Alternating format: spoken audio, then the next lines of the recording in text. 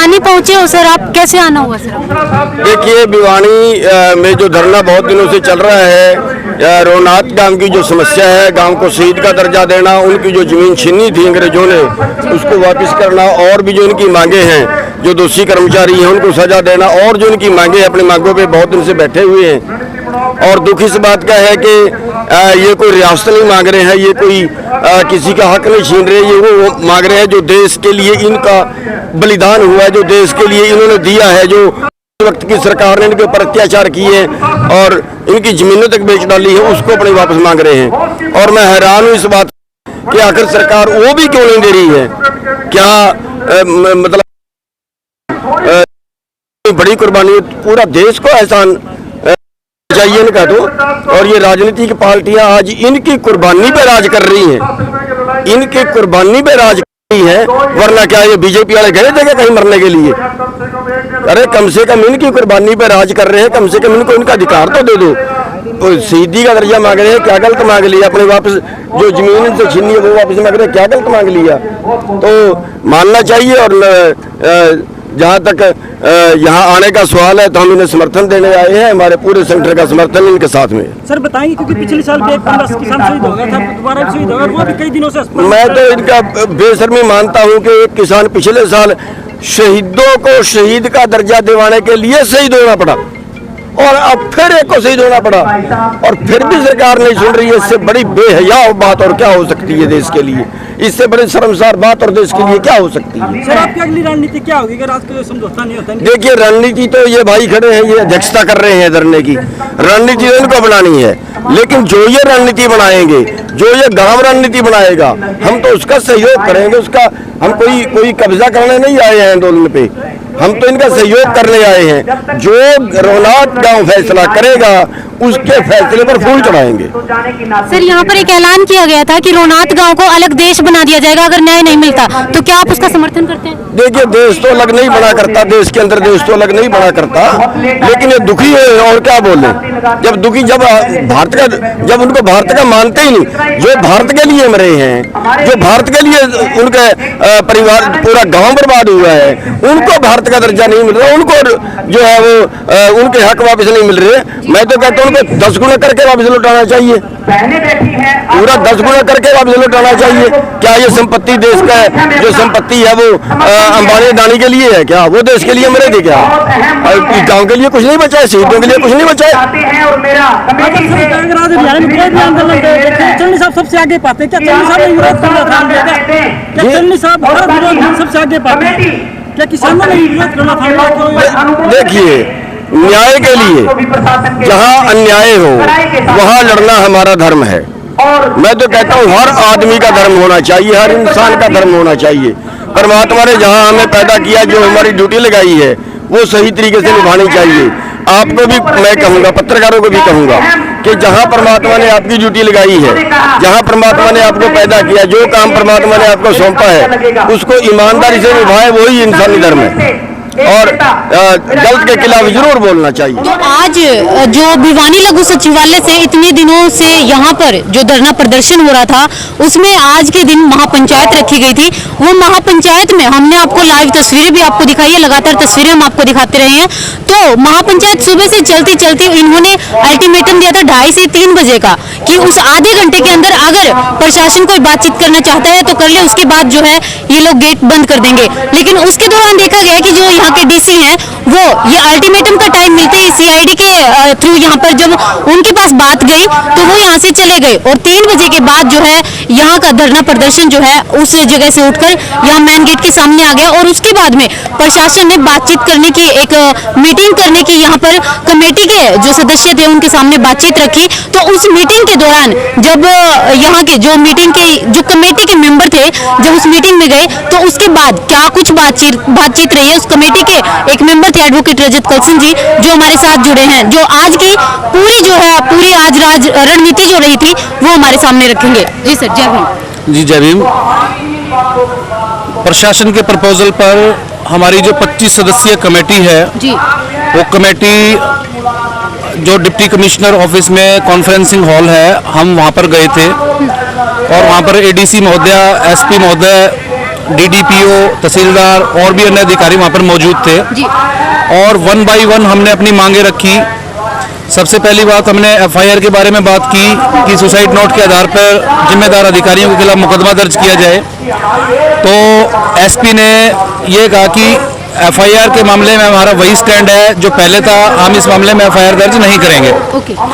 दूसरा, इस मामले में जो गांव को शहीद का दर्जा देने की बात थी, जो 57 प्लॉट हम लोगों को बीड फार्म हिसार में देने की बात थी और जो पीड़ित परिवार को कंपनसेशन देने की बात थी, तो जो पहली दो मांगे थी, शहीद का दर्जा और प्लॉट्स की बात थी, उस मामले में प्रशासन ने ये कहा कि इस मामले में हम कॉम्पिटेंट नहीं है, इस मामले में हम उच्च अधिकारियों से या मुख्यमंत्री कार्यालय से बात करेंगे और जो भी अपडेट होगी आप लोगों को बता देंगे।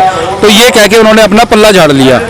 तीसरी बात थी, संतलाल जी जब एक्सपायर हुए थे, शहीद हुए थे धरने पर, तब प्रशासन ने उनके परिजनों को 12 लाख रुपए और 2 नौकरी देने की बात कही थी, लेकिन ना तो नौकरी दी गई और केवल 6 लाख रुपए देके पल्ला झाड़ लिया गया। तो उनसे कहा कि पहले वाली मांग आपने पूरी नहीं की तो अब वाली मांग आप पूरी कैसे करेंगे। तो उस पर वो चुप्पी साध गए। लेकिन उन्होंने ये कहा कि जो अब हमारी शहीद वेद प्रकाश कटारिया जी है, उनके जो उत्तराधिकारी है संदीप, उन्होंने कहा कि हम उनको एक डीसी रेट पर नौकरी दे देंगे और एक कंपनसेशन अमाउंट जो बिल्कुल भी सम्मानजनक नहीं कह सकता वो दे सकते हैं और आज ही दे देंगे। इस सारी बातचीत के बाद जो अधिकारी है उनसे काफ़ी लंबी चौड़ी बहस हुई और हमने कहा कि हम 50 लाख रुपए से कम का कंपनसेशन लेने के लिए तैयार नहीं है। तो इस पर उन्होंने कहा कि आप हमको आधा घंटा और दीजिए, हम ऊपर बात करेंगे, यानी चंडीगढ़ बात करेंगे। तो सारे अधिकारी हमारी मीटिंग से हटकर आधा घंटा अलग से बातचीत करके आए और बातचीत करने के बाद उनका रवैया बिल्कुल बदला हुआ था। उन्होंने जो पहले प्रपोजल दिया था उस प्रपोजल से भी वो इनकार कर गए और एक डिप्लोमेटिक उन्होंने हमको थ्रेट किया कि भाई बातचीत के बारे में जो भी ऊपर से बातचीत होगी हम आपको बता देंगे और आप लोग जो गेट पे धरना लगाया उसको हटा दें, नहीं तो हमको फिर कानूनी कार्रवाई करनी पड़ेगी।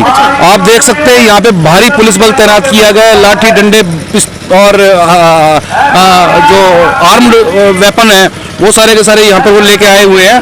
और इस बात से मैं इनकार नहीं कर सकता कि प्रशासन अब नीचता पर भी उतर सकता है और जो हमारे बहनें, माताएं और बुजुर्ग और हमारे युवा हैं उन पर लाठीचार्ज करने का भी काम कर सकता है। तो हम लोगों का जो डिसीजन है, कमेटी का डिसीजन यही है कि हम लोग परमानेंट अनिश्चित काल के लिए यहाँ डीसी ऑफिस के सामने जो गेट है यहाँ पर बैठने का काम करेंगे और यहाँ पर जो रास्ता रोका हुआ है जो प्रदर्शनकारी है वो आने जाने भी नहीं देंगे किसी अधिकारी को यहाँ से। अच्छा सर, क्या ये बात एक देखने में आई थी कि जब आप लोगों ने अल्टीमेटम दिया था आधे घंटे का, तो क्या उस दौरान डीसी जो है उस वक्त यहाँ पर मौजूद थे? नहीं, डिप्टी कमिश्नर मुझे नहीं लगता कि यहाँ पर मौजूद है। डिप्टी कमिश्नर तो जिस टाइम हम यहाँ पर आए थे उस टाइम ही यहाँ से शायद निकल कर जा चुके थे। और ये जो सारी की सारी बातचीत हुई है ये एसपी और एडीसी महोदया की प्रेजाइडिंग ओवर में सारी की सारी बातचीत हुई है। कहने का मतलब प्रशासनिक अधिकारी जितने भी हैं सब एक थाली के चट्टे बट्टे बोल सकते हैं? बिल्कुल, सारे के सारे मिले हुए हैं, सारे के सब ने तय कर रखा है कि इन लोगों को हमने कुछ नहीं देना है और इसीलिए सारा का सारा ये प्रोपेगेंडा रचा गया है। और ये हमको पुलिस बल के दम पर यहाँ से हटाने के इनकी मंशा है और हम बिल्कुल भी झुकने वाले नहीं हैं। ये चाहे हम पर मुकदमा दर्ज करें, चाहे हमारे पर लाठीचार्ज करें और कुछ भी ये करें, हम गिरफ्तारी देने तक के लिए तैयार हैं यहाँ पर। सर, प्रशासन जो है लगातार मीटिंग्स की बात उन्होंने की है, लेकिन उसमें मीटिंग के दौरान हमारी समस्याओं का किसी का समाधान नहीं निकला। तो आपके हिसाब से अगर प्रशासन कोई ठोस कदम उठा लेता है तो आप लोगों की क्या आगे की रणनीति रहेगी? प्रशासन इस मामले में ठोस कदम ये उठा सकता है कि कमेटी के सदस्य पर मुकदमा दर्ज कर सकता है, कमेटी पर लाठीचार्ज कर सकता है, जिस चीज़ के लिए हम बिल्कुल मेंटली प्रिपेयर हैं, दिमागी रूप से तैयार हैं और पूरी जनता जो है हमारे साथ है इस मामले में। बस भी यहाँ पर मौजूद है सर, पानी की फुहारें भी फेंकी गई होंगी? जिस समय हम यहाँ पर आए थे हमारे ऊपर पानी की बौछारें मारी गई और हमारे ऊपर हल्का बल प्रयोग भी किया गया, लेकिन अब ये सख्त जो पुलिसिया एक्शन है वो हम पर करने के मंशा है इन लोगों की। अच्छा। और हम सभी लोग इस चीज़ के लिए मेंटली रूप से तैयार हैं। ओके सर, तो फिलहाल रजत कल्सन एडवोकेट से हम जुड़े थे। यहाँ पर एक बार हम आगे की तस्वीरें आपको दिखा देते हैं, क्योंकि जो धरना प्रदर्शन यहाँ पर जो चल रहा है उसे रोकने के लिए, क्योंकि जो धरना प्रदर्शनकारी थे वो पहले वहाँ पर अलग जगह पर मौजूद थे, क्योंकि काफ़ी दिन से यहाँ पर प्रदर्शन चल रहा था। लेकिन अब जब कमेटी द्वारा निर्णय दूसरा लिया गया, कठोर निर्णय लिया गया और मिनी सेक्रेटरीट जो गेट है उसको बंद करने का जो डिसीजन लिया गया, उसके लिए प्रशासन ने पहले से तैयारियां की और तैयारियों के दौरान देखा गया कि यहाँ पर बैरिकेडिंग भी किए गए और भारी संख्या में पुलिस बल यहाँ पर तैनात किया गया था, ताकि ये जो धरना प्रदर्शनकारी है इन सभी को यहाँ पर रोका जा सके। फिलहाल ये तस्वीरें हम आपको दिखा रहे हैं पुलिस प्रशासन की, जो इन लोगों की प्रशासन की पूरी तैयारियां थी उसकी फिलहाल हम पूरी अच्छे से तस्वीरें आप लोगों को दिखा रहे हैं। ये तस्वीरें भिवानी लघु सचिवालय जो गेट है इसके सामने की हम दिखा रहे हैं, क्योंकि यहाँ पर प्रशासन ने और दूसरी तरफ हम कह सकते हैं कि जो धरना प्रदर्शनकारी थे आज दोनों ही तरफ से पूरी तैयारी में प्रिपेयर हैं, पूरी तैयारी से बैठे हैं, क्योंकि 25 सदस्य की जो कमेटी बनाई गई थी उनके दौरान एक मीटिंग भी यहाँ पर रखी गई। प्रशासनिक अधिकारियों ने मीटिंग रखी, लेकिन जो डिप्टी कमिश्नर हैं वो पहले ही जब पता चला कि अब जो मिनी गेट है वो बंद होने वाला है उस वक्त यहाँ से निकल चुके थे और उनके द्वारा कोई भी कार्रवाई नहीं की गई। बाकी जो भी मीटिंग के दौरान जो भी बातचीत रही अभी एडवोकेट रजत कलसन ने बताई है, तो ये एक बीजेपी सरकार का लगा लीजिए, अकेली बीजेपी सरकार को ही नहीं बोलूंगी, क्योंकि इससे पहले भी रोनात गांव का जो मुद्दा है कागजात लेने का, हर एक सरकार में मुद्दा उठाया गया लेकिन किसी भी सरकार ने इस पर कोई कार्रवाई नहीं की। अब बात है बीजेपी सरकार की, प्रेजेंट जो गवर्नमेंट है उसकी अगर बात करें तो वो लोग भी जो है एडवोकेट रजत कलसन ने भी कहा कि नीचता की हद पार कर रहे हैं, क्योंकि इतनी पब्लिक यहाँ पर मौजूद होने के बाद भी जनता की बात अगर सरकार नहीं मानेगी तो सरकार को इस बात का पता होना चाहिए, क्योंकि ये देश एक लोकतांत्रिक देश है और लोकतांत्रिक देश में जो सरकार है वो लोकतंत्र की होती है। जनता अगर सरकार कुर्सी पे बैठाना जानती है तो वो कुर्सी से नीचे उतारना भी बहुत अच्छे से जानती है। तो सरकार को एक बार ये अपने आप में चेता लेना चाहिए कि मुख्यमंत्री जो ऐलान करके गए हैं उस ऐलान को या मुख्यमंत्री के सामने जो बातें यहाँ पर रखी गई हैं, इन मांगों में अगर कोई मांग गलत लगती है तो वो यहाँ पर आके बोलना जाए कि कौन सी बात जो है, कौन सी बातचीत इन लोगों की गलत है, और अगर नहीं है तो उसके ऊपर जल्दी से जल्दी कोई ठोस कार्रवाई ले। नहीं तो ये जो पब्लिक है इन लोगों ने साफ तौर पे बोला है जब तक ये शांतिपूर्ण तरीके से रहेंगे, लेकिन जब पब्लिक अपने वाली पे आ जाएगी तो कुर्सी से खींचना ये लोग अच्छे से जानते हैं।